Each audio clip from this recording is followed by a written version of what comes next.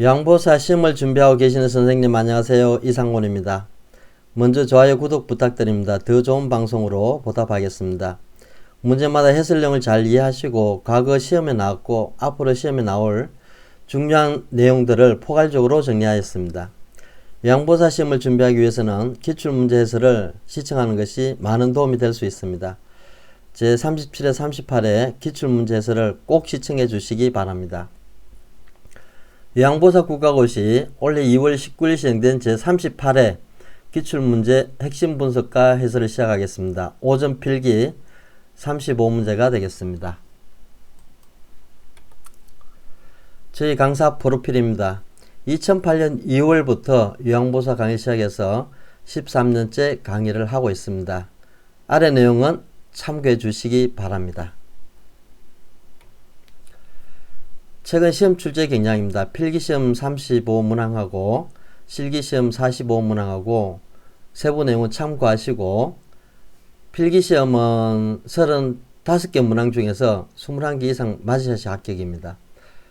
실기시험은 45문항 중에서 27개 이상 맞으셔야지 합격이 되겠습니다. 1번 노인의 날을 지정하여 해마다 기념하는 노인을 위한 보상 유형은 1. 지적 보상 2. 경제적 보상 3. 정치적 보상 4. 자유적 보상 5. 문화유산의 전수.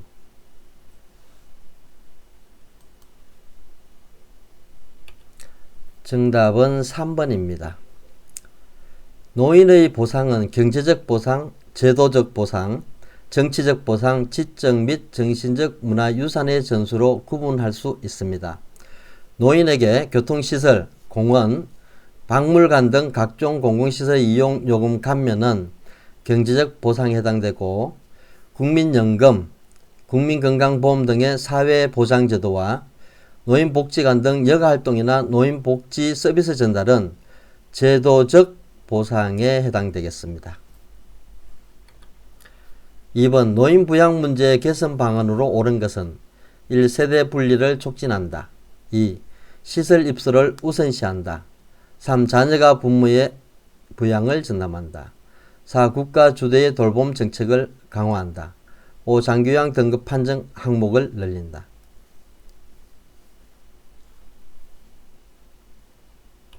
정답은 4번입니다. 노인 부양 문제 해결 방안은 사회와 가족의 협력, 세대 간의 갈등 조절, 노인의 개인적 대처, 노인복지정책 강화를 통해서 개선 방안을 마련해야 됩니다.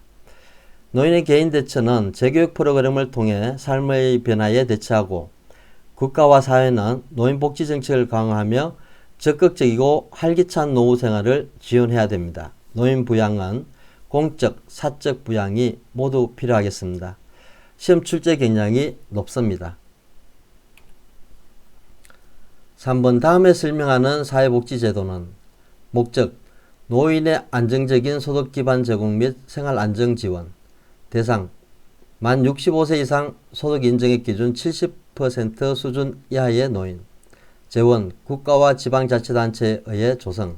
1. 국민연금 2. 기초연금 3. 주택연금 4. 고용보험 5. 산업재해보상보험.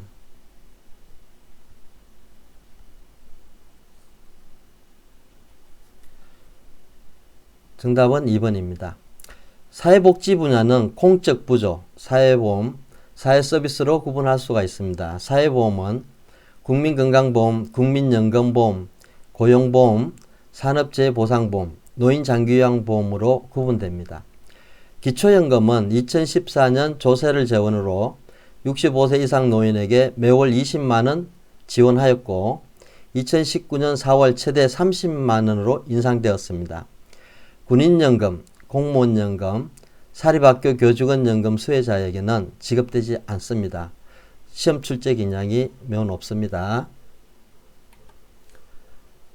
4번 등급판정위원회의 심의 결과 노인장기요양보험 급여 대상자는 1. 백내장 수술을 한 65세 남자 2. 결핵으로 병원에 입원 중인 60세 남자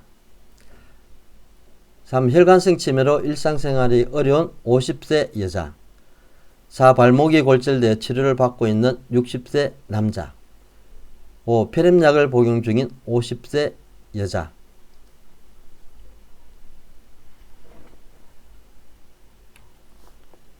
정답은 3번입니다.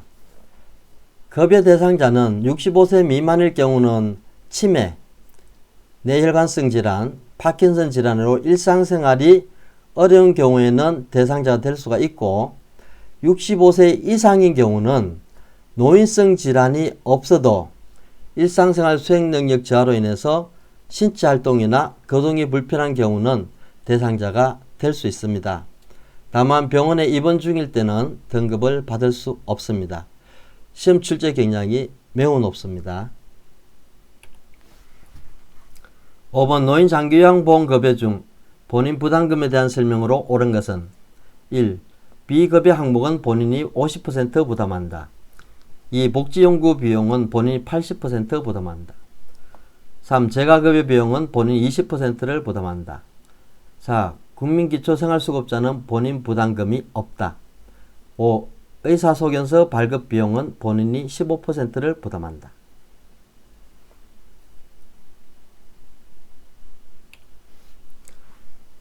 정답은 4번입니다.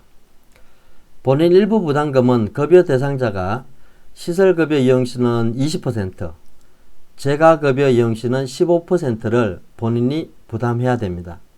복지연구는 15% 부담하면 되고 기초생활수급자는 본인 부담금이 없고 비급여 항목은 본인이 전액 부담해야 됩니다. 의사소견서 발급 비용은 본인이 20%를 부담해야 됩니다. 이 부분은 시험 출제 경향이 높습니다.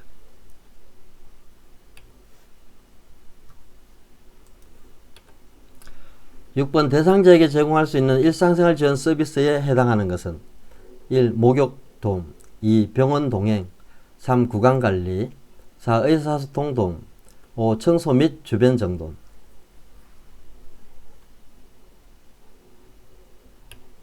정답은 5번입니다.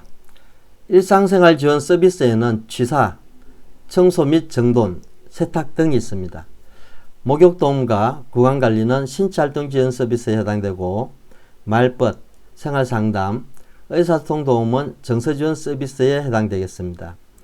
개인활동 지원 서비스는 외출시 동행과 일상업무 대행으로 병원 동행은 외출시 동행에 포함됩니다.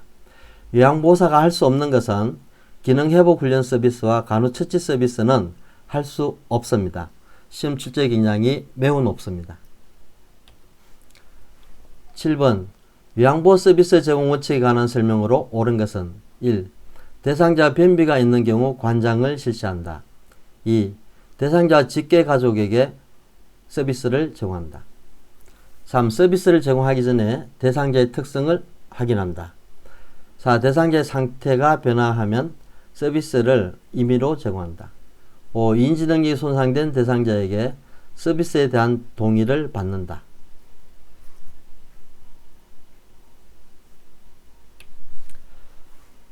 정답은 3번입니다. 관장은 의료행위에 포함되어 요양보호사가 할 수가 없습니다. 서비스는 대상자에 한해서 제공해야 하고 대상자 상태가 변화하면 시설장 또는 관리 책임자에게 보고합니다. 인지능력이 없는 경우는 보호자에게 동의를 구하고 서비스를 제공하기 전에 대상자에 충분히 설명하고 대상자의 특성을 확인하는 것이 필요하겠습니다.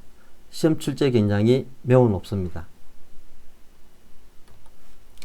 8번 다음 상황에서 시설 대상자가 침해받은 권리는 다른 대상자에게 맞은 사실에 대해 요양보호사가 아무런 개입을 하지 않았다. 요양보호사가 침해 대상자에게 폭언을 했다. 1. 신체 구속을 받지 않을 권리 2. 개별화된 서비스를 받을 권리 3. 충분한 정보를 제공받을 권리 4. 존엄한 존재로 대우받을 권리 5. 사생활과 비밀 보장에 관한 권리.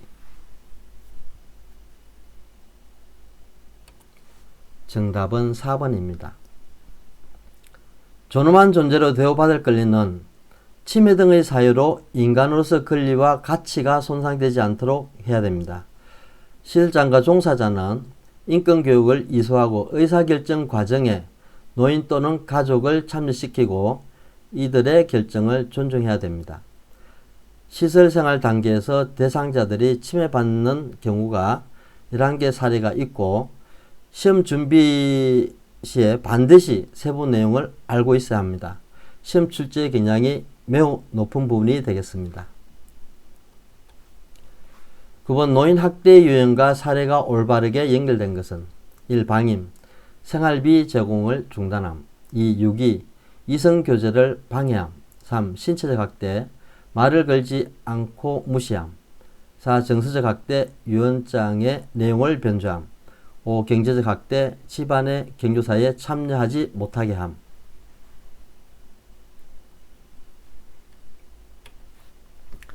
정답은 1번입니다. 방임은 부양 의무자로서 책임이나 의무를 의도적으로 혹은 비의도적으로 거부하거나 불이행하는 것을 말합니다. 노인에게 의식주 의료를 적절하게 제공하지 않는 것도 여기에 포함되고 이성교제 방해나 말을 걸지 않고 무시하는 것, 집안의 경조사에 참여하지 못하게 하는 것은 정서적 학대에 해당이 됩니다. 유언장의 내용을 변조하는 행위는 경제적 학대에 포함되겠습니다. 시험 출제 경향이 매우 높습니다. 10번 언어적 성희롱에 해당하는 행위는 1. 뒤에서 껴안음. 2. 엉덩이를 밀착시킴. 3. 신체 부위를 노출함. 4. 음란한 사진을 보냄. 5. 성적 사실관계를 물어봄.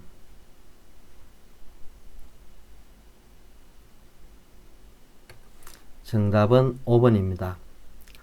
성희롱은 언어적 행위, 육체적 행위, 시각적 행위로 구분됩니다.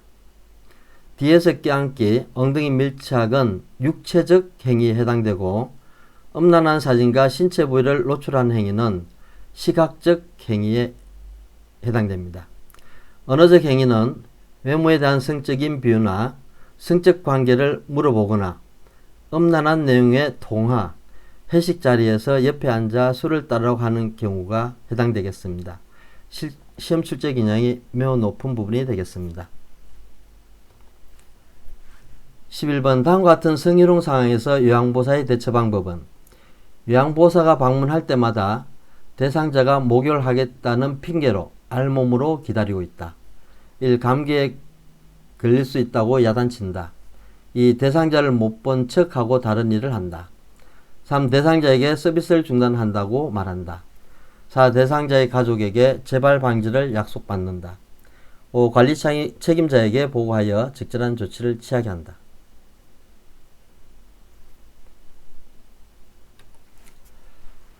정답은 5번입니다. 요양보사의 대처 방법은 감정적인 대응은 삼가하고 단호히 거부 의사를 표현하는 게 좋습니다. 모든 피해 사실을 기관의 담당자에게 보고하고 기관에서 적절한 조치를 취하게 합니다. 사업주는 직장 내 성희롱과 관련하여 피해를 입은 근로자를 해고나 그 밖에 불리한 조치를 하여서는 안 됩니다.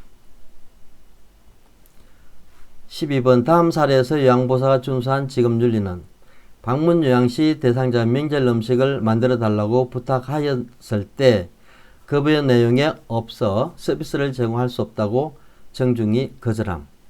1. 협력하려는 태도. 2. 자기 개발을 하려는 태도. 3. 인권을 옹호하려는 태도. 4. 전문 상담가로서의 태도. 5. 규정에 따라 업무를 수행하려는 태도.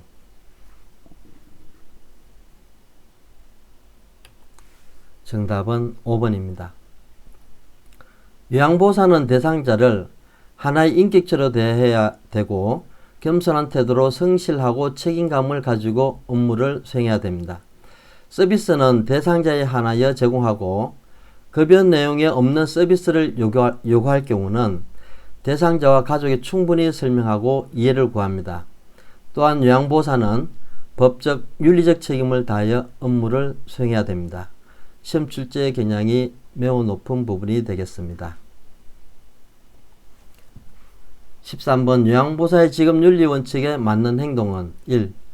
기관의 결정을 우선시한다. 2. 요양보호사의 판단대로 서비스를 제공한다. 3. 대상자와 위계적 관계를 유지한다. 4. 복지 연구가 필요하다고 하면 대의해준다.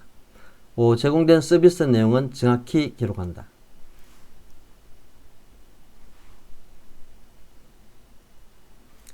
정답은 5번입니다. 직업윤리 원칙은 대상자의 자기결정을 최대한 존중하고 업무의 경과와 결과를 시설장 또는 관리 책임자에게 보고합니다. 지속적으로 지식과 기술을 습득하고 개인정보를 비밀로 유지하여야 합니다. 서비스에 대한 물질적 보상을 받지 않고 상호 대등한 관계를 유지하는 것이 필요하겠습니다. 시험 출제 경향이 매우 높습니다. 14번 다음 사항에서 요양보호사의 대처 방법은 대상자 밥 그릇을 밀어내며 나 밥을 못 먹겠어. 요양보호사 1. 너무 까다로우세요. 2. 배고프실 때 말씀하세요. 3. 그러면 음식을 치울게요. 4. 자꾸 이러시면 제가 너무 힘들어요. 5. 입안에 상처가 있는지 확인해 볼게요.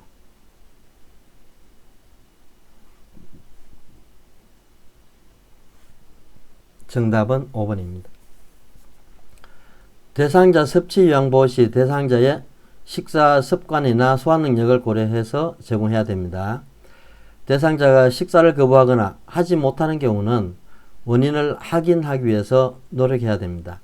식사 시 사례, 구토, 청색증 등 이상이 나타나는지 주의 깊게 관찰해서 대처하면 되겠습니다. 15번 다음 사항에서 요양보호사가 직업윤리 원칙을 준수한 경우는 대상자가 방문양 서비스 제공, 급여 제공 기록을 실제 시간보다 늘려 작성해서 본인 부담금을 면제해 주세요 라고 요청함. 1. 불법이라고 명확하게 말한다. 2. 면제해 줄 수 있는 기관을 소개한다. 3. 동료 요양보호사와 상의하겠다고 말한다. 4. 등급 상향 판정을 받아오라고 한다. 5. 추가 서비스를 제공하여 서비스 시간을 늘린다.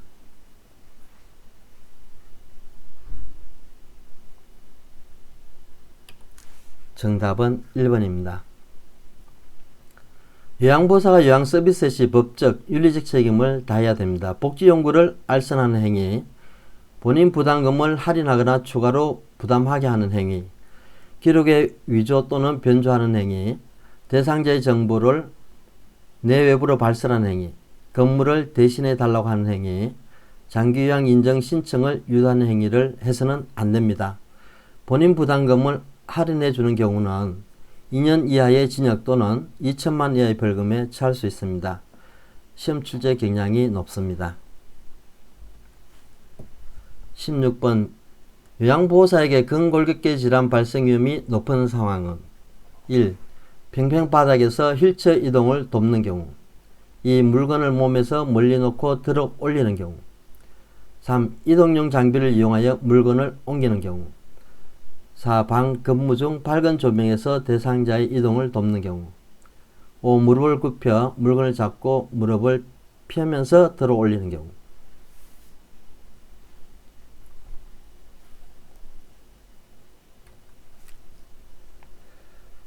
정답은 2번입니다.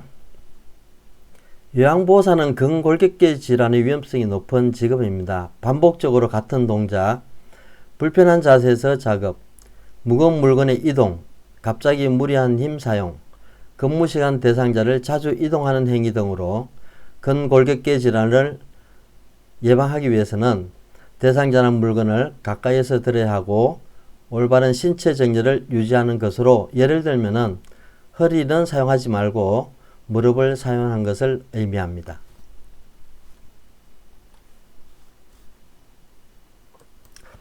17번 감염 예방을 위한 요양보호사의 자기관리 방법으로 옳은 것은 1.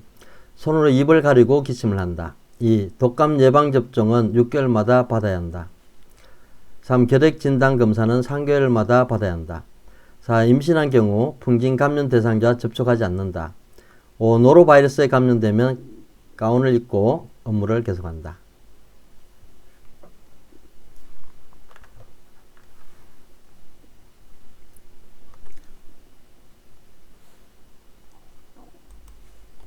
정답은 4번입니다.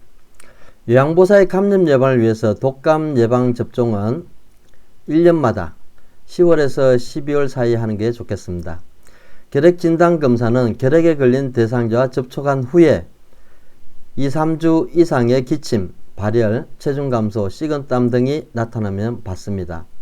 임신한 요양보호사는 풍진, 수두 등 감염자와 접촉해서는 안 되고 노로바이러스에 감염되면 2, 3일간 업무를 중단하고 정상 회복 후에도 2, 3일간은 음식을 조리하지 않습니다.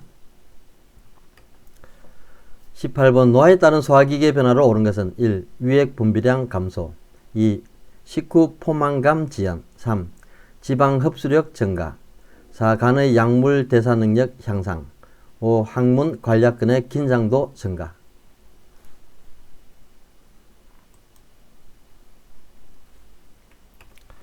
정답은 1번입니다. 노화에 따른 소화기계 변화 중에서 위액 분비량이 감소하고 식후 포만감이 빨리 나타납니다. 췌장의 지방 분해 효소 생산이 감소하여 지방 흡수력이 떨어지고 간의 대사 능력도 떨어집니다. 당뇨성이 감소해서 당뇨병에 걸리기 쉽고 항문의 관략근의 긴장도가 감소하여 변실금이 잘 나타납니다. 19번 폐결핵에 관한 설명으로 옳은 것은 1. 바이러스성 감염 질환이다. 2. 스테로이드 약물 복용으로 예방할 수 있다. 3. 약물 복용 중 주기적인 간 기능 검사가 필요하다. 4. 치료기간 중 증상이 사라지면 약물 복용을 중단한다. 5. 오전에 고열이 나고 오후에 열이 내리는 증상이 반복된다.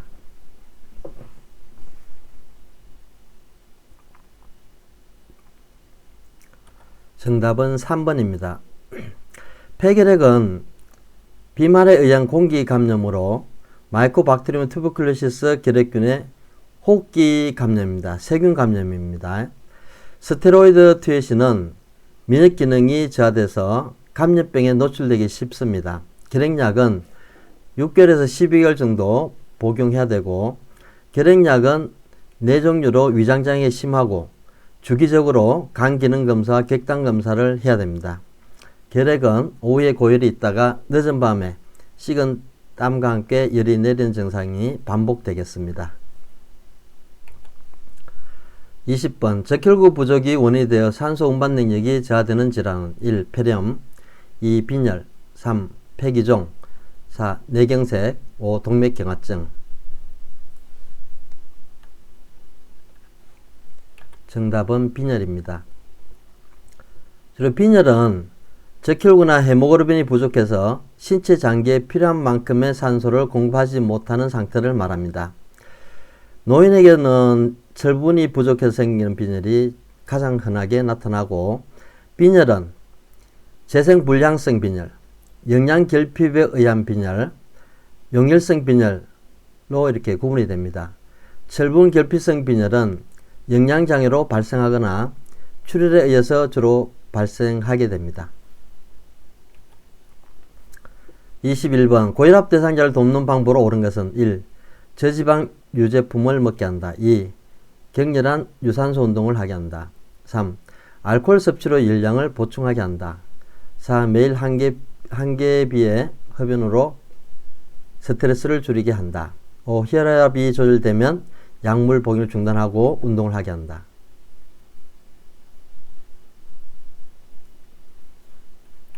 정답은 1번입니다. 고혈압 대상자는 저염식이, 저지방식이를 적용해야 되고 혈압약을 꾸준히 복용하여 혈압을 정상적으로 유지하는 것이 필요하겠습니다. 검주와 검연이 필요하고 심장에 무리가 가지 않는 적당한 운동을 규칙적으로 하면은 동맥경화증을 예방할 수가 있고 심장 기능을 향상시킬 수 있습니다. 복부 비만인 경우는 심혈관계 질환의 위험성이 높기 때문에 조절해야 되고 고혈압을 방치하면은 뇌출혈로 인해서 뇌졸중이 발생할 수 있습니다. 22번 골다공증이 있는 노인이 낙상했을 때 가능성이 높은 질환은 1. 척추협착증 2. 척추측만증 3. 고관절 골절 4. 강직 척추염 5. 류마티스 관절염.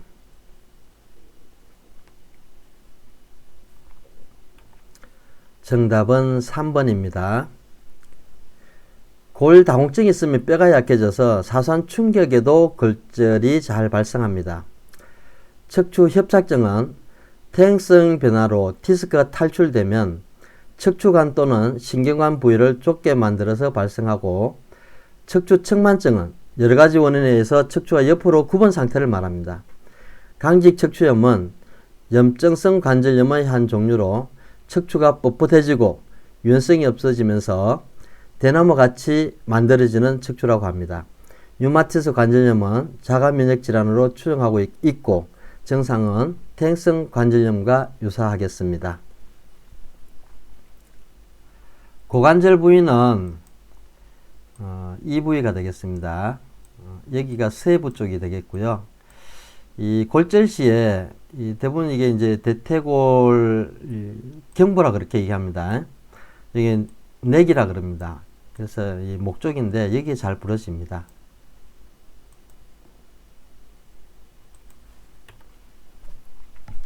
(23번) 전립선 비대증의 발생 요인으로 옳은 것은 1.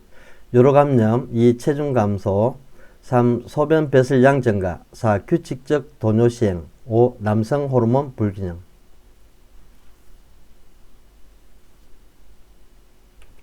정답은 5번입니다.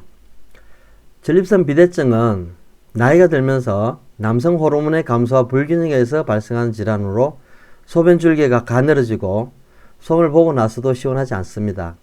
힘을 줘야 소변이 나오고, 소변 보고 난 후에 2시간 이내에 소변이 마렵고 소변을 참기 힘들고, 또 밤에 소변을 보기 위해서 자주 깨는 경우가 발생합니다.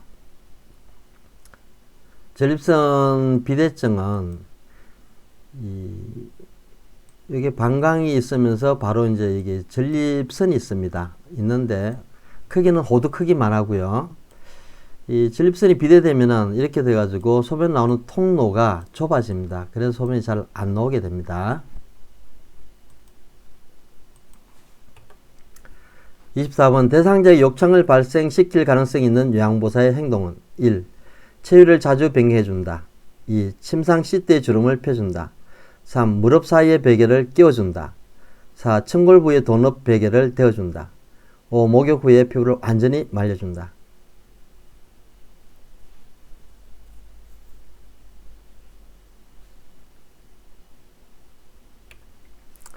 정답은 4번입니다.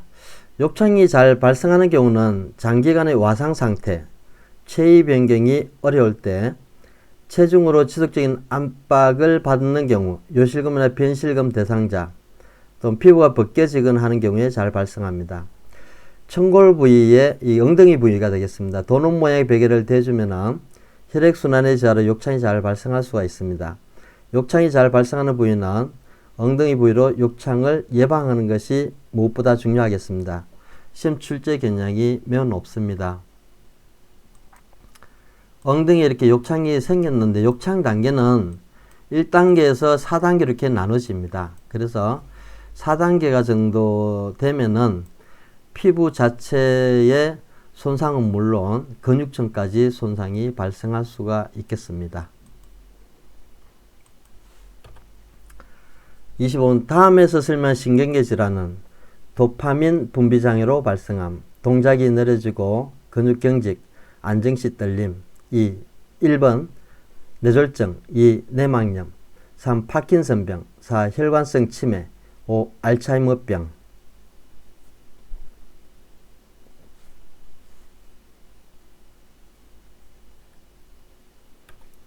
정답은 3번입니다. 파킨슨 질환은 중뇌 흑질세포에서 뇌신경 전달 물질인 도파민 생성이 잘 안 돼서 발생하는 경우가 있고, 염색체 돌연변이, 또 기타 퇴행성 뇌 질환으로 잘 발생합니다. 증상은 무표정, 스동증, 스동증은 느리게 행동하는 걸 얘기합니다. 근육경직, 구번 자세, 균형 감각 상실, 원인 불명의 통증, 수면장애, 무감정, 인지능력의 저하 등이 나타납니다. 시험 출제 경향이 매우 높습니다. 이 파킨슨 질환은 이 자세가 보면은 굉장히 불안정한 자세를 보이고 가만히 있을 때 손떨림이 나타납니다. 근데 움직일 때는 손떨림이 그렇게 나타나지 않습니다. 그래서 행동이 느려지는 것을 서동증, 그다음 근육이 뻣뻣해지는 것을 경직, 그 다음 자세 불안정, 이런 것들이 나타날 수 있습니다. 26번 노화에 따른 눈의 변화로 옳은 것은 1. 눈이 앞으로 돌출된다. 2. 눈물의 양이 증가한다. 3. 각막 반사가 증가한다. 4. 수정체의 황화 현상이 나타난다. 5. 가까운 곳에 초점을 맞추는 능력이 증가한다.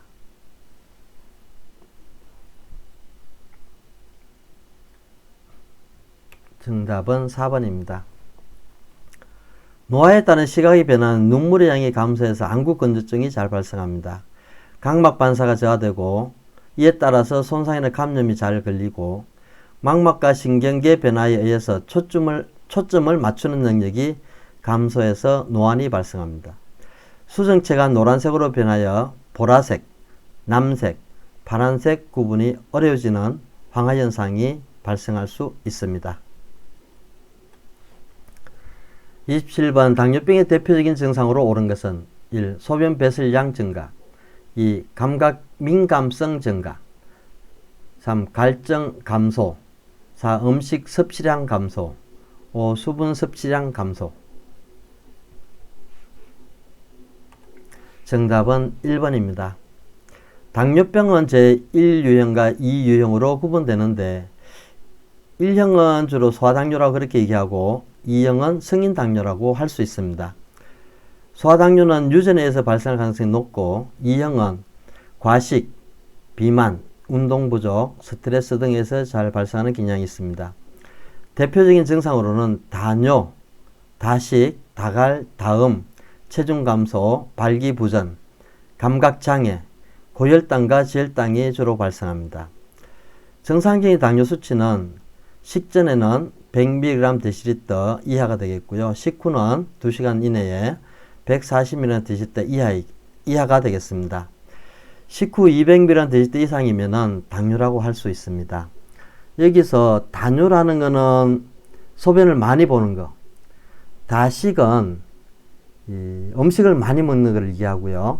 다갈은 갈증이 많이 나겠죠. 왜냐하면 소변량이 많이 빠지기 때문에 몸에서 체액량이 감소하면서 물을 많이 마시게 되고 이러한 증상들이 반복돼서 나타날 수 있습니다.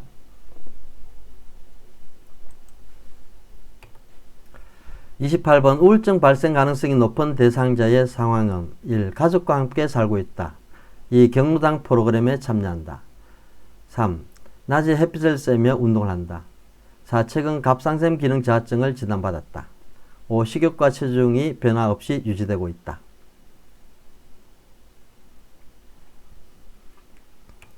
정답은 4번입니다. 이 우울증은 여러가지 원인에 의해서 발생하는데 특히 뇌의 신경전달 물질인 세로토닌 부족에 의해서 주로 발생합니다. 증상은 우울한 기분, 매사에 관심이 없고 수면장애, 불안이나 초조, 절망감, 자살에 대한 반복적인 생각 등을 하게 됩니다. 갑상선 기능 저하증은 주로 중년 여성에게 발생하는데 대사 상태가 낮기 때문에 피로, 변비, 의식 수준 저하, 식욕 저하, 우울증 등의 증상이 있을 수 있습니다. 29번 운동 능력을 저하시키는 노인의 신체적 변화로 옳은 것은 1. 말초혈관 저항 감소 2. 폐조직의 탄력성 감소 3. 관절의 유연성 증가 4. 자극에 대한 반응 증가 5. 심장 근육의 수축력 증가.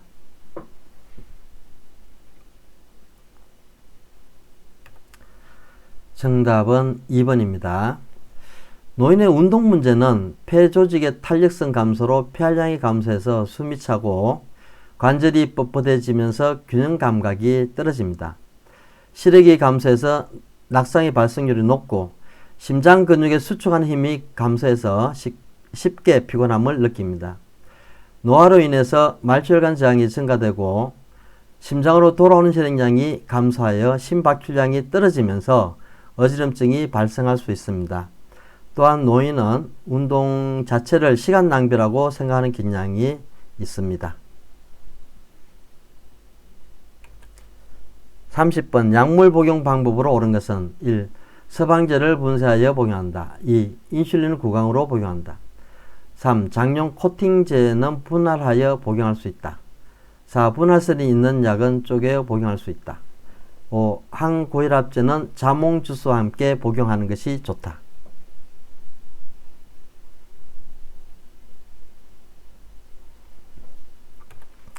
정답은 4번입니다. 서방제는 서서히 방출되는 정제약으로 분쇄하여 복용하면 안됩니다. 인슐린은 당뇨병 환자에게 투여된 주사약으로 구강으로 복용할 수가 없고 분할설이 있는 약은 쪼개서 복용할 수가 있겠습니다. 철분제는 오렌지 주스와 복용하면 흡수가 잘 되는데 고혈압이나 고지혈증이 있는 대상자는 자몽 주스와 복용할 경우에 혈관이 확장되면서 저혈압, 부종, 안면 홍조 등이 발생할 수 있습니다. 시험 출제 경향이 매우 높습니다. 31번 만 65세 이상 노인에게 권장되는 예방접종으로 옳은 것은 1. 수두 2. 홍역 3. 풍진 4. 폐렴구균 5. 유행성 이하선염.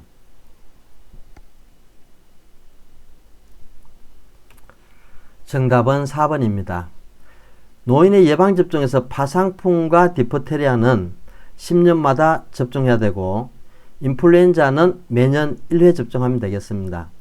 65세 이상 노인은 반드시 인플루엔자, 폐렴구균, 대상포진, 파상풍, 디프테리아 예방접종을 하도록 권장하고 있습니다. 시험 출제 경향이 높습니다.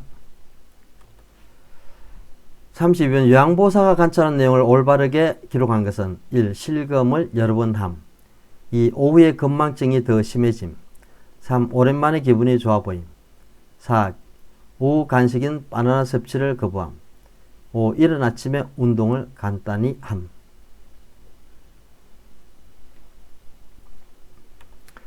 정답은 4번입니다.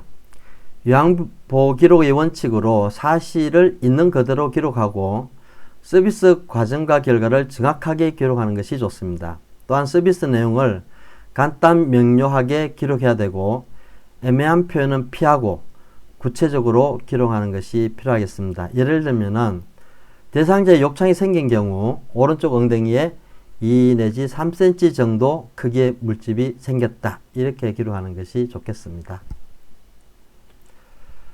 33번 방문요양 서비스 제공 시 관리 책임자에게 반드시 보고해야 하는 상황은 1. 대상자가 반려동물을 돌봐달라고 요청할 때 2. 대상자는 넘어져 타박상을 입었을 때 3. 계절이 지난 대상자의 옷이 정리되어 있지 않을 때 4. 대상자 하루 종일 텔레비전을 볼 때 5. 자녀의 안부 전화가 없다며 대상자가 속상해 할 때.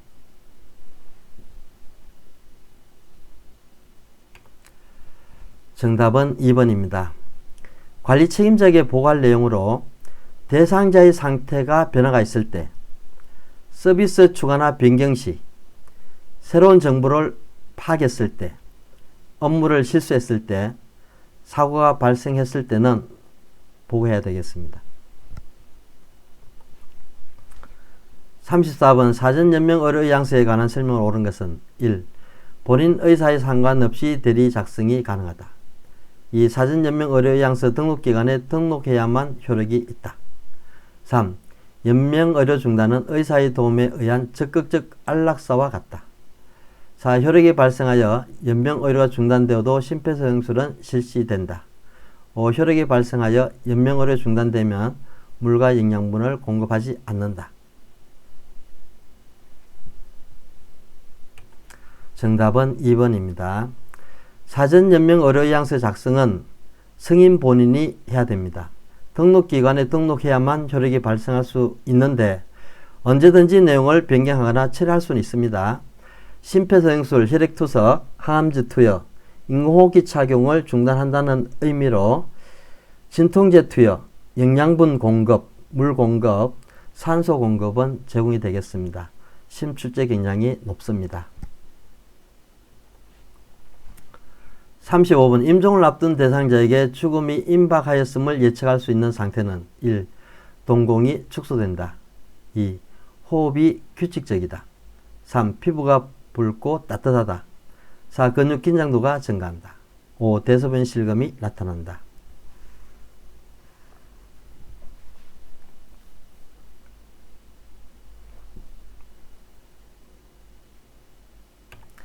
정답은 5번입니다. 임종이 임박했을 때 동공은 확대됩니다. 호흡은 불규칙하게 되고 혈액순환이 잘 안되기 때문에 체온이 떨어집니다. 대소변의 실금이 나타날 수 있어서 혼니불 밑에 방수포를 깔고 대상자에게 기저귀를 채워주면 되겠습니다. 이상으로 38회 오전 필기시험 35문제 해설을 마치겠습니다. 노인요양 이박사TV 많은 시청 부탁드리고 본 강의를 시청해 주셔서 진심으로 감사드립니다.